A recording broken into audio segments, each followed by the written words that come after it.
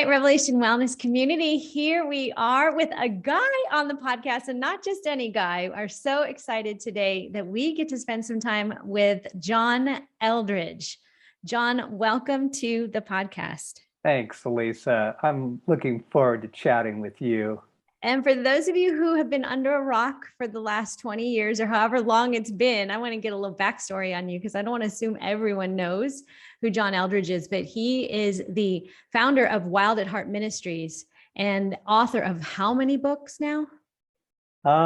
Maybe 15. I'm not quite sure. 15, just losing track of how many. So amazing. Oh my gosh. His latest book is called Resilient. And I love the subtitle, Restoring Your Weary Soul in These Turbulent Times. We can all agree that we need a little more of that right now. Amen. So John, why this book? Tell us the call to action for you. Why did you feel it was time to write this book? Yeah. So I've been a therapist, Christian therapist for about 30 years. Mm-hmm. And I began to notice a trend in my clients. I began to notice a trend in my team, but also just in my own soul, that we haven't really come out of the last 2 years. Wow. Yeah. We've rallied and way to go, everybody. You rallied. Yes. But that's different than wholeness and wellness and really kind of feeling resilient again in ways that we want to. And so I wanted to offer help. I wanted to offer some guidance out of the crazy and into some wholeness. Did the book kind of flow easy for you because we were in real-time stress or? Oh yeah. Yeah, I'm sure. Yeah. All I needed to do was look at my own soul. Oh, wow. That'll preach. Amen. Right? So I'm sure I have the highlights of the book because I don't have actually one in my hand yet, but I imagine you write raw and real from the heart as someone with Wild at Heart Ministries would do. Yeah. You have this quote in the press kit that I got. And I'm like, I just want to read this. You say, this is the secret of all recovery and resilience, that Jesus Christ himself comes to dwell within our created nature, deep down in the center of our being. And it is down in the depths that we must learn to tap into him for strength that prevails. What does it mean, John, to tap into Jesus? Oh my goodness. This is going to be a really good show. Yeah, we're going to have a good time. I've honestly, I'm like, we're swimming in the same stream. Let's go. Yeah. Well, let's just back up and help everybody know, like, your humanity matters. Your personhood, who you are, the totality of your being matters. Jesus became incarnate. Yeah. He took on humanity in order to restore humanity. There it is. Yeah. Not to get rid of it, not to move us on to some other kind of weird, like ethereal state of spiritual being. And so your personhood, who you are as a woman, as a man, who you are, young and old, all of it, your story, your life matters. And God's commitment to us is the restoration of our being. It is so much more than forgiveness. Now, forgiveness is phenomenal. Yeah. And I'm so grateful for it. We all need grace. We all need love. But forgiveness is a doorway into a life where, through union with Jesus, our humanity is being restored. Right? And I think that can really throw people because they go, well, I give my faith to God. I believe. I try and be a good person, but I don't see the transformation taking place. Right. Right? And yes. Yes. I think we've missed some of the process that's involved. Yeah. And the process, we can kind of unpack this, but the summary statement would be that more of you belongs to more of God. Oof. I'm going to be taking notes. So I'm in a master class right now. So let me just take notes. Keep going. Yeah. Okay. More of you belongs to more of God. Yeah. So resilience, there's a lot of different models of resilience in the world. You can go on those wilderness programs and, that kind of thing. And you could do the mindfulness thing and stuff. But the difference with what Jesus is offering when he talks about vine and branch is he says, I want to impart resilience to you. I want to share my life with you.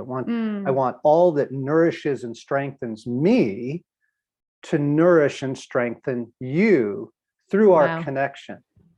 Yep. And so what we learn to do is we learn to put ourselves into positions that enable that life and love and resilience that flows from God to flow into us. Yeah. That's what we learn to do. And beauty does that. Stillness does that. I was going to say the positions, go more into what are the positions? Yeah. Well, I mean, so like your listeners would be very tuned into the body. Okay. Yeah. Right. So, it's the famous book, The Body Keeps the Score, reminds us like your trauma is stored in your body now. Say it again, Sam. And so learning to tune in to how we are doing, learning to become aware of what our body is telling us about our soul. Yes. Right? Like right now, folks, this will be a quick little test. Just pay attention to your breathing right now, everyone. Are you taking short, little, shallow breaths? I'm so excited to talk to you right now that my breath is shallow. I'm like, okay, Lisa, breathe. Exactly. Okay. Yeah. So there are practices that we can adopt into our life that allow us to receive more of the presence of God. He's like oxygen. He's all around. Yes. And he's keeping you alive, whether you don't see oxygen. Yeah. But you don't feel it, but it keeps you alive. That's good. It's like the presence of God. He's there, but we do need to become a little bit more intentional about breathing him in, taking him in. Okay. Yeah. Yeah. And so what I found myself, I realized that, let me talk a little bit about reserves, because when you navigate difficult periods in your life, and this could be the health of your parents and finding care for them. This could be, the educational challenges of your kids, or it's stuff like global pandemics, wars in Europe, when we navigate difficult times, we tap into our reserves in order to rally.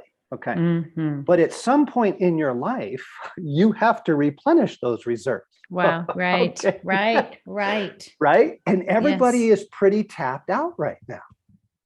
Yeah. Yeah. And you see it in their behavior. You see it in traffic. Yes. Oh my gosh. Just the easy irritation of people in traffic. You see it on social media. People are offended so quickly. Oh my gosh, yes. Right? Yes. Okay. So the simple thing about reserves is there have to be moments in your life, moments in your week, where more is coming in than is going out. The math is really simple, folks. Like if you are going to replenish your reserves, you have to intentionally create moments in your week and in your month. And with summer coming up, summer is a really good time that you back off, you throttle back, so that more is coming in that nourishes you than you are currently having to pour out to hold up your world. Right? That's how you replenish reserves. And why do we not do it? Why? We know it.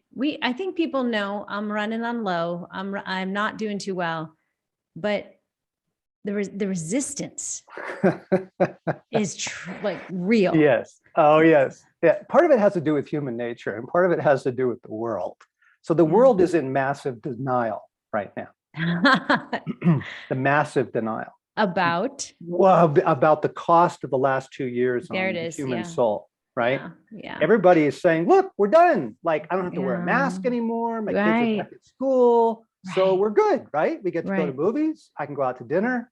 Right. We're all fine. And I want to go, whoa, hang on. Like, yes, I am so glad I get to go out to dinner, but that does not tend to the cost of the last couple of years on our souls. So part of why don't we do this? Well, because everyone's pretending everything's fine now. Right. We're just pretending, right? And and then part of it's human nature. Yeah. And we believe the lie, don't you think, that it's too costly, that it will, I have to, if I pull back, how will I make that engine turn or whatever it is? It would be way too costly. Instead of, Jesus says that we lose our life, we have to lay things down and you gain more. We just don't trust the equation sometimes, that I need more coming in than going out. Let's be honest. We don't trust God. Amen. I'm sorry. Thanks. Let's all just confession and repentance. True. We don't. Gosh. The level of striving that is in your life right now is just a reflection on how little you trust God. Okay. And there doesn't need to be shame around that, but let's just be honest. Okay. Right. Okay. Right. And that's the definition of mindfulness, which we do a lot around here. And we'll repeat it again. It's just to be in the present moment without judging it. Yeah. We're so quick to judge that we don't want to, we if we have to feel it, then I've got to think I am it. No, you just get to notice it. And now what's the invitation? For more. Yeah. Man. And by the way, this is a fascinating thing. So there's research in psychology that says that simply naming things reduces the psychological impact. So when you walk out of a meeting and you go, whoa, that was really hostile. It actually reduces the emotional effect of that meeting. Okay. Yeah. So it is important to be aware and name your experience. And so we can all go, wow, the last 2 years, that was global trauma. Yeah. It was traumatizing. Yeah. So can we just name that and just say, wow, that was really rough. Yeah. And then you name your personal experience. You say, I felt a lot of fear. Yeah. Or I felt, I angry. Felt angry. Right. Yeah. Yeah. It's really helpful to do that, gang. Yeah. To name what it is like.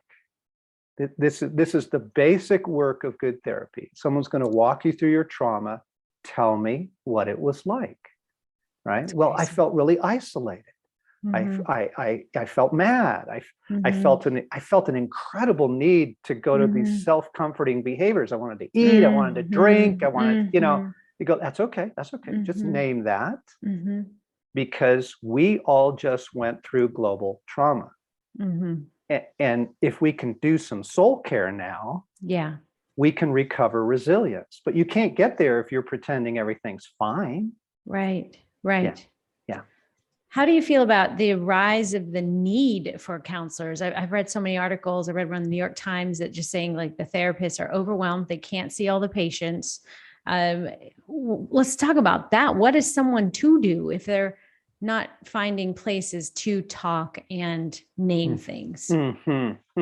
Okay. So first off, that's a really important indicator of our hour, everybody. Yeah, right. I do not know a single therapist friend who has an opening in the next 6 months. What? And I'm referring people and they're going, hey, thanks for so-and-so's number. They can't see me till, Yes. So again, and here's why, here's why, is that hard times, and I'm going to use the word trauma, do not condition you for more hard times. They actually sensitize you for it. Oh, gosh. And so going through stress, loss, anxiety, uncertainty sensitizes you to it. Wow. And and the reason everybody's filling up these counseling offices is that the last 2 years are now demanding attention. I'm really glad for that. It's like, let's pay attention. Yeah. Okay.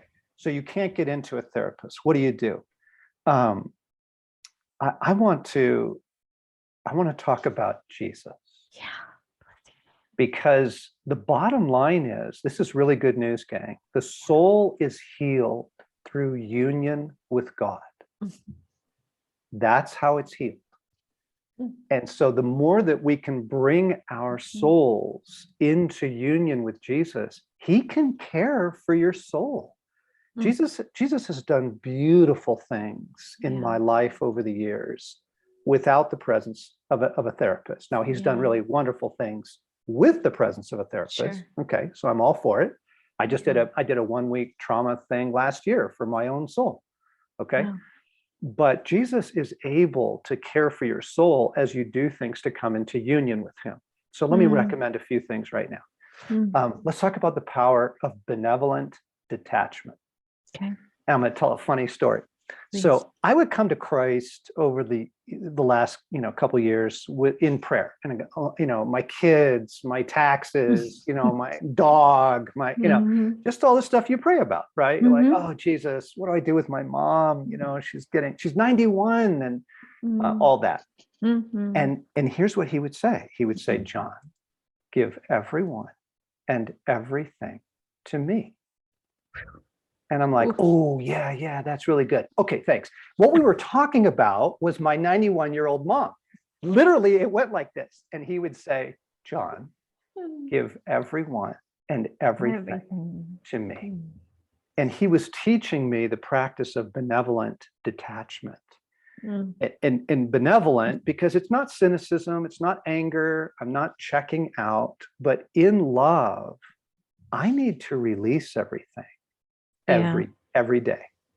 Yes. You need to release everything every day. And why? Well, one, it'll get you into a much better place physically and emotionally, but also because it opens up your soul to union with God. Yeah. And so as we learn benevolent detachment, and every night at least, right at bedtime, Lord, I give you the day. Yeah. I give you that meeting. I give you that email I shouldn't have sent. I just regret, release it, release it, release it. Yeah. Okay. And then what that allows is it allows your soul to come into the presence of God. And it allows you to receive his love and receive his care because your hands aren't clenched anymore. Right. You're not all tied up. I release everyone and everything to you. And then you ask Jesus to heal your union with him. Wow. Heal our union, Lord, because life erodes your union with God. The news does it. Okay, so there's another thing. You want a tip for resilience? Yes. Get off the news. Wow. Get off the news. Are you kidding me? Come on. The human soul was never meant to know the trauma of the world. Absolutely. Too much information. We're constantly way too much. There was a fascinating study done by a British anthropologist, Robin Dunbar, and now he's got this thing called Dunbar's number. He looked at the size of the human brain and he looked at the size of villages down through the centuries, and he said, human beings are made to live in a community of about 150 people. Okay, well, you live in a community of billions because the news shows up on your phone every day. Yeah. And here's the heartache in the Sudan, and here's the absolutely devastating thing with the rainforest. And okay, you folks, 3 minutes of news. Get in, get the basics, get out. Like, you don't need to know what the Prime Minister of India did today. It is weird. Why do we want to know these? I mean, why do we want? Now I'm like, why? Is it that knowledge is control or? Yeah. You named it. No, you just named it. That's it. Yeah, there were 2 trees in the garden. There was the tree of life, and there was the tree of the knowledge of good and evil. Yeah. And we are still pursuing knowledge as control. Knowledge makes us feel in control, right? But okay, here's another study. So after 9/11, when the Twin Towers went down, this is really mind-blowing. They discovered later that people who watched the event on television experienced the same level of PTSD as people who were there in New York. And this has to do partly with the brain's inability to distinguish images. The difference between watching something and actually living something out. Yeah, there you go. Okay. Yeah. So folks, if you know this, why are you subjecting yourself to global heartache every day? Yeah. So get in, get the basics, and get out. And then release everything. And everyone to Jesus. To Jesus. Yes. Yeah, exactly. And then this was all around the question of what do we do if you can't get into a therapist? Yeah. I'm going to give a shout out to an app that isn't ours. It was developed by some folks out of England, Lectio 365. Yes. Yeah. Okay. That's fantastic one. Yeah, it's fantastic. It's free. It's super helpful. Yeah. It's morning and evening. Yeah. But simply the pace of it is very, very kind. The music, they'll read a verse, and then there's just a pause. There's just quiet. Yeah. And then they'll say a prayer, and then there's a pause. And it's just quiet. Okay. Things like that heal your soul. Like it works. Preach. Yeah. Amen. And it restores your union with Jesus. So good. Okay. You talk in your book about not being able to heal trauma without grieving it. Yes. Let's talk about the grieving it. Yeah. And this is so helpful. These two practices. The reason that we go on vacation is because on vacation, we typically experience benevolent attachment. I'm out of my world. I'm not checking my email right now. You know, you get a little bit of margin. You get some emotional breathing room. Well, I can buy you psychological margin right now. Okay. The first is I give everyone and everything to you. God. Okay. That will buy you. You don't have to go on vacation. It doesn't cost you anything. It will get you margin. But the other thing is to grieve your griefs. Okay. Because while you are carrying ungrieved grief in your soul, it's taking up emotional margin. It's exhausting, actually. Wow. It's really exhausting. And so this was a fascinating moment just the other night with Stacy and I. So we are now empty nesters. And we have 3 sons. They've gone off to marry wonderful women. They're building their families. But things have changed. Okay. And there is loss. There is grief, right? You know, there was no family Easter this year. Okay. And to name that to one another, Stacy was really sad. And I said, honey, tell me why. Name your grief. And she said, I'm really sad that the years that we were together are mostly gone now. You're making me cry. Right? And I go, babe, that's real.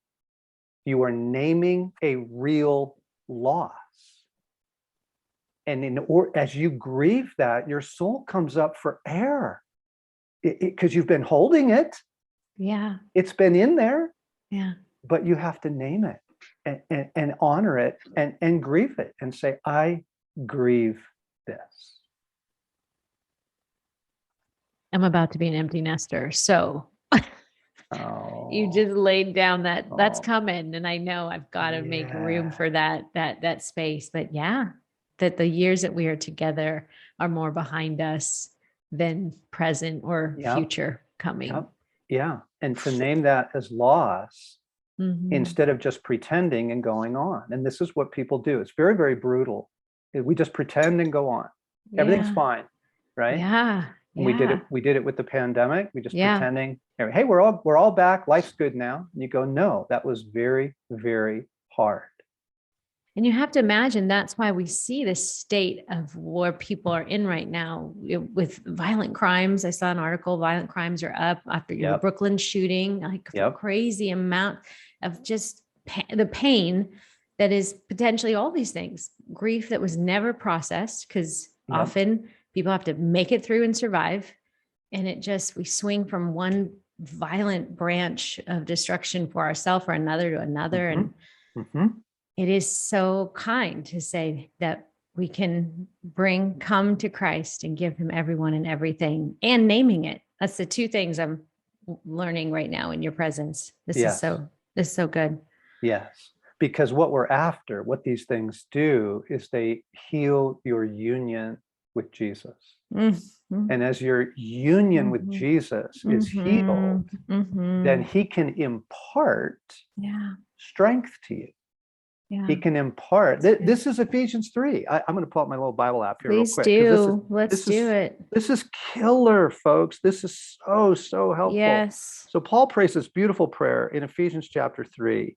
And he says, I kneel before the Father, the creator of everything in heaven and on earth, that out of his glorious riches, he would strengthen you with power through his Spirit in your inner being.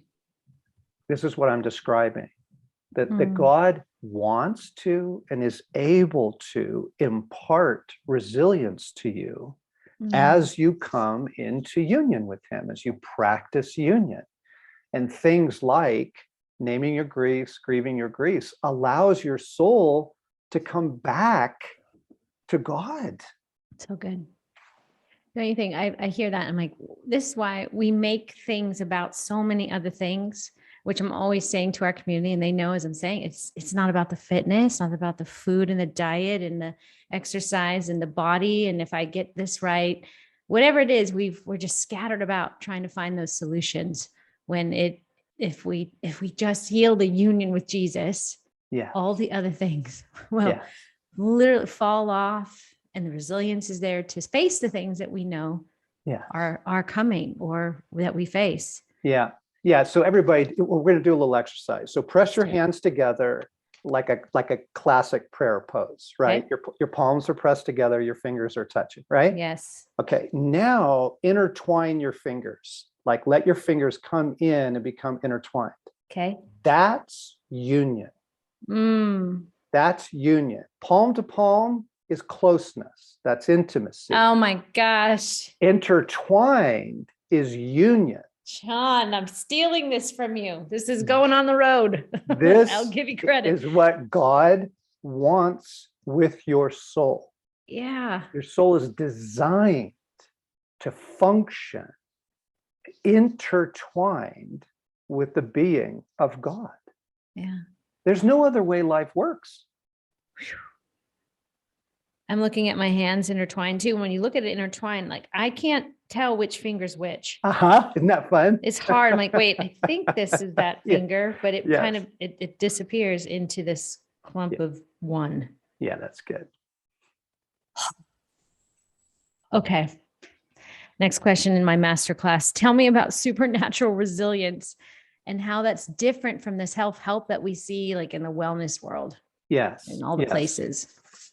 Yeah. Okay. So human beings can accomplish remarkable things, right? We can. Like people rally to amazing things, to car accidents or, being lost in the wilderness or the loss of a child.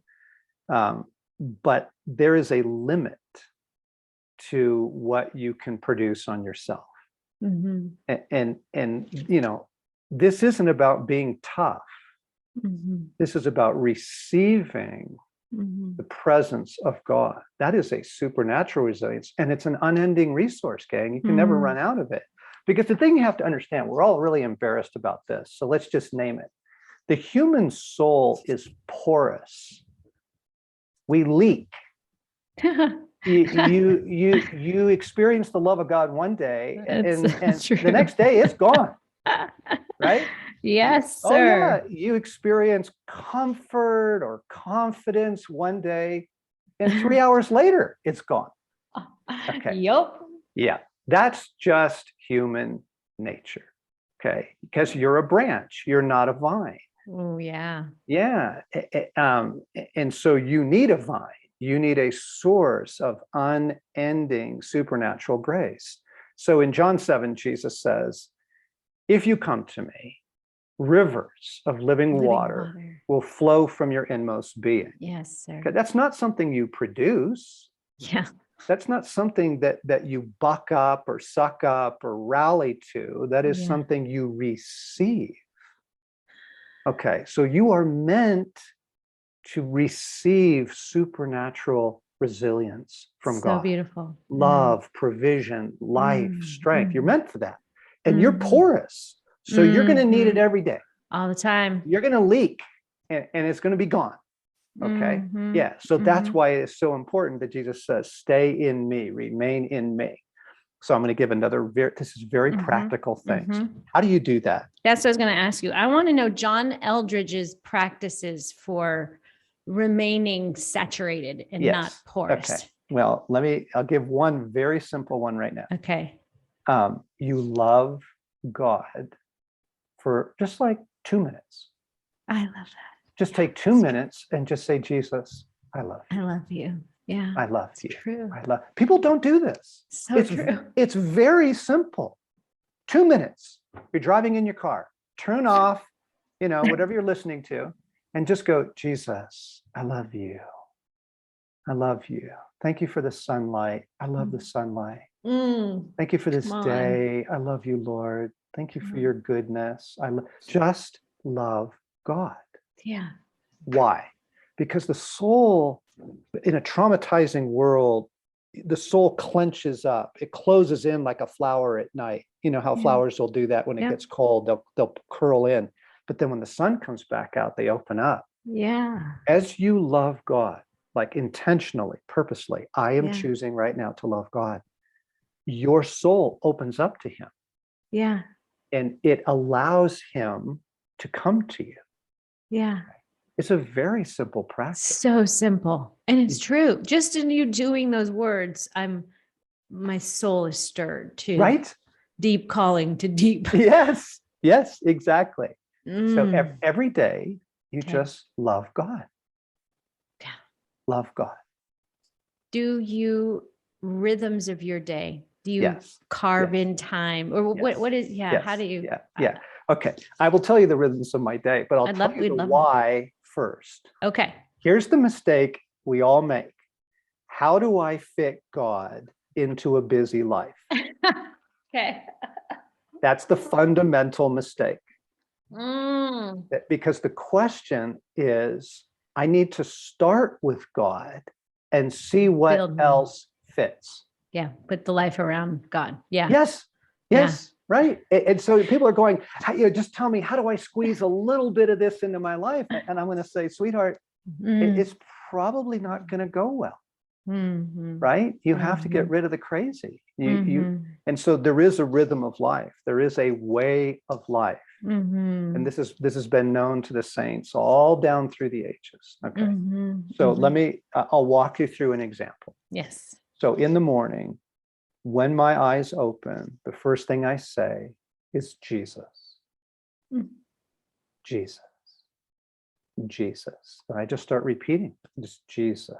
Wow. Jesus. Jesus.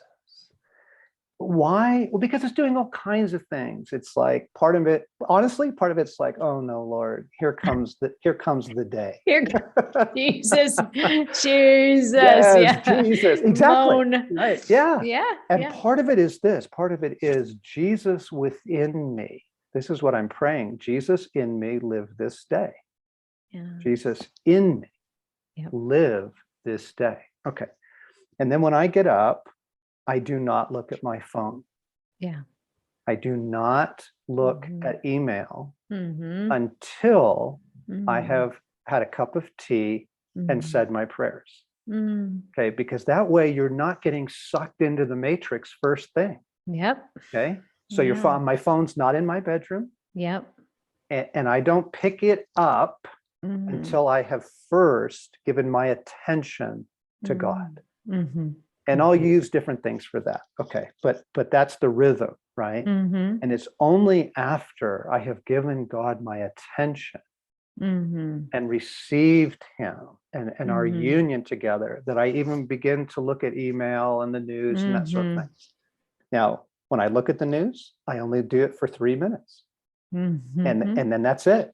And I let it go because I don't need to know everything. Knowledge is really actually not going to rescue me. Amen. Okay. Amen. All right. So a couple more examples. So at 10 o'clock and 2 o'clock every day, bells go off in our offices, monastery bells. Are you in a monastery? Wait, no, why? But we're creating one. Wow. Okay. And it tells the entire staff, everybody pauses what they're doing. And we give everyone and everything to Jesus. Okay. Twice a day. I'm coming to work for John Eldredge. Right? Yes. I give everyone and everything to you, God. I give everyone. It's because by 10 o'clock, I'm already spun up. That's right. And you're porous. You've leaked out. I've already. Yeah. Okay. So 10 and 2. So a couple other things in the rhythm of my day. I don't just go from one thing to the next thing, to the next thing, to the next thing, to the next thing. Yes, sir. I allow myself little moments of transition. Yes. We've lost transition. Okay. And Mm-hmm. so if I've had, at the end of this interview, I'm not just going to go into the next interview. I will go outside. Yes. And just look at the world. Yes. I do that too. Yeah. And there's a tree, there's the sunlight or the rain or whatever, right? Yeah. Yes. There's the evening. So transitions. Yes. To my day. And then always beauty, always nature, always beauty, always nature. Your soul needs beauty every day. Yes. So last night I was sitting in the living room. Stace was actually out teaching at a study. And I just put on beautiful music. Yeah. Just instrumental, like movie scores. And I just listened to beautiful music because beauty helps to heal trauma, helps to heal the soul. Okay. And at the very end of the day, I give everyone and everything to you, God. And this is fascinating. They did some very interesting studies on the brain structure of nuns who pray every morning and every evening. How do you start your day? How do you end your day? Yeah. It rewires your brain. Yes. And so I start my day with God. Yeah. And I end my day with God. Okay. Yeah. And so not TV, not computers. I'm not looking at blue screens right before I go to bed. Technology gets turned off. Yeah. And I end my day with prayer, with some worship in the house and with releasing everyone. And it's very, very helpful. Man. You mentioned the nuns. I remember reading at some point about a study. I want to say her name was like Sister Bernadette or something, that she died at like 90 years old, in her 90s, lived a long life, healthy life, like nothing. She just died of old age. But when they dissected her brain, she had dementia. She had all these sicknesses. She actually was not, physically, her body was not as healthy as she lived, but because she lived in such a state of gratitude and rhythm and prayer, it's like it overrode her, the epigenetics, like genetically just it bypassed her. I'm like, man, that'll preach to the presence of God. Yes. She lived by the presence of God. Yeah. It's so cool. Yeah. And so the question isn't, how do I cram a little bit of God in my busy life? Right. How do I plan my life around? Yes. What are the rhythms that are sustainable to me and build a sustainable life? What are the rhythms I can adopt? Because if you can't adopt it, it's not going to help. You don't get, I'm going to devote myself to an hour of prayer every morning. That's right. Don't start there. Like you won't sustain it. Right. Be realistic. Okay. Yeah. But you adopt rhythms that you can live by. That are not the rhythms of the world. Yeah. I think I am challenging our listeners, Revelation Wellness community, the waking up with the name Jesus on your lips. Yeah. I mean, how beautiful is that? First thing on your lips before something's on your eyes or information in your ears, like just him on your lips. And I give everyone and everything to you. Yes. Jesus, throughout those transition times in your day. Yes. What a lighter load and a healing of our soul. Yep. That would happen. John, I have to ask this question. What were you like as a kid?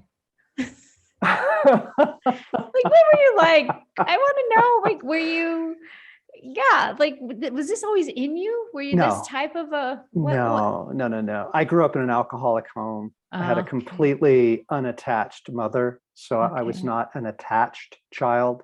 Okay. Had a police record, got kicked out of high school. Wow. My life was healed through union with Jesus. At what age? Yeah, 19. You were 19 years old. Yeah. And may I ask how old you are now? Yes, 62 in June. Amazing. Yeah. Wow. So that's 40 some years of yielding your life. Yes, of intimacy with Jesus. Yeah, because when I found him, I wasn't looking for a religion. I had actually never been to church in my life. I wasn't looking for a religion.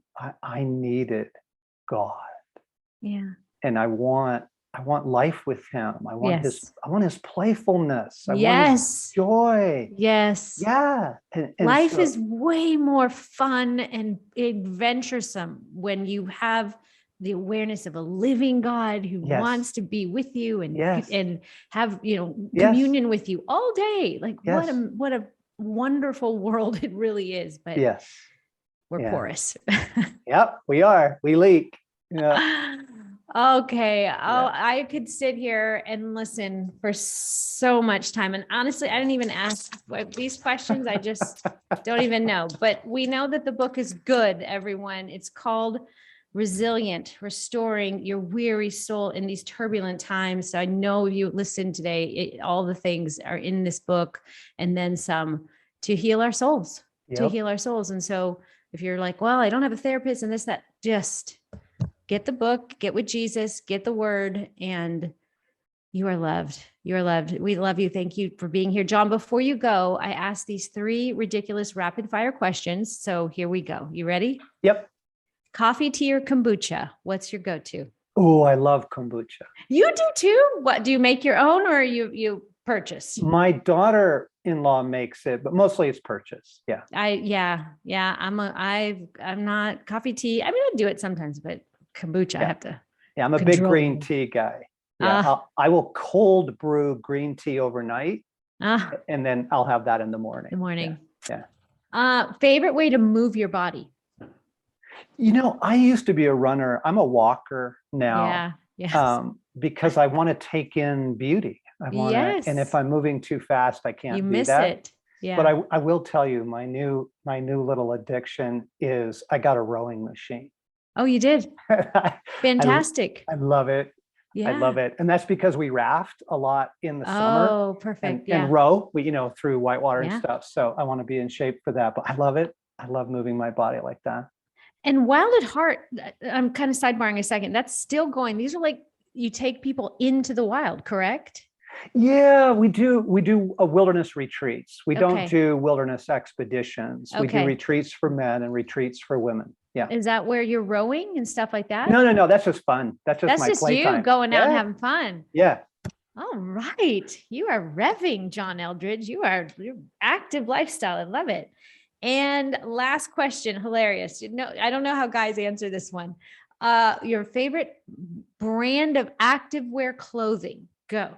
Arc'teryx. Oh, Arc'teryx. Aren't they amazing? Yeah, it's a little costly. Pricey, but you get one, and that is the one jacket because I have 2, but it's the one that you can wear and it adjusts with my temperature. I notice. Yes. Like I'll put it on and it stays on me all day, and it's cold outside. And then I come inside, I'm not hot. It is really, really intelligent engineering. Yeah, it's good gear. Yeah. Well done. All right. You all go get the book. You get the book anywhere it is sold. Amazon. Again, it's called Resilient. And John, would you please come back whenever and write another book, or so you can come back, or if we come to you and say, John, come help. Yes, that was fun. Our community would love it. Thank you so much for being here. You're so welcome. You're so welcome. It's been delightful. I love your heart for God. I love him so much. He is my everything. He's my everything. I have been just joy. He gives me great joy. So I think that's why you can call me and I'm like, I'm crying now because I see the love you have for Jesus is the same I have too. So thank you. Yeah. Thanks for watching, and remember, this video was brought to you by Revelation Wellness Instructor Training Program. Do you love Jesus and have a passion for fitness and wellness? Or maybe you're tired of the roller coaster of obsessing over and neglecting your body, and you know there has to be more to fitness. Let us equip you to lead others to health and wholeness rooted in Jesus Christ through our faith-based fitness instructor training program. Go to our website to learn more and listen to testimonies of people just like you who are bringing hope and healing to their communities as fitness teacher gospel preachers. Click the link in the description of this video and download a packet to get your journey to health and wholeness through Christ started today.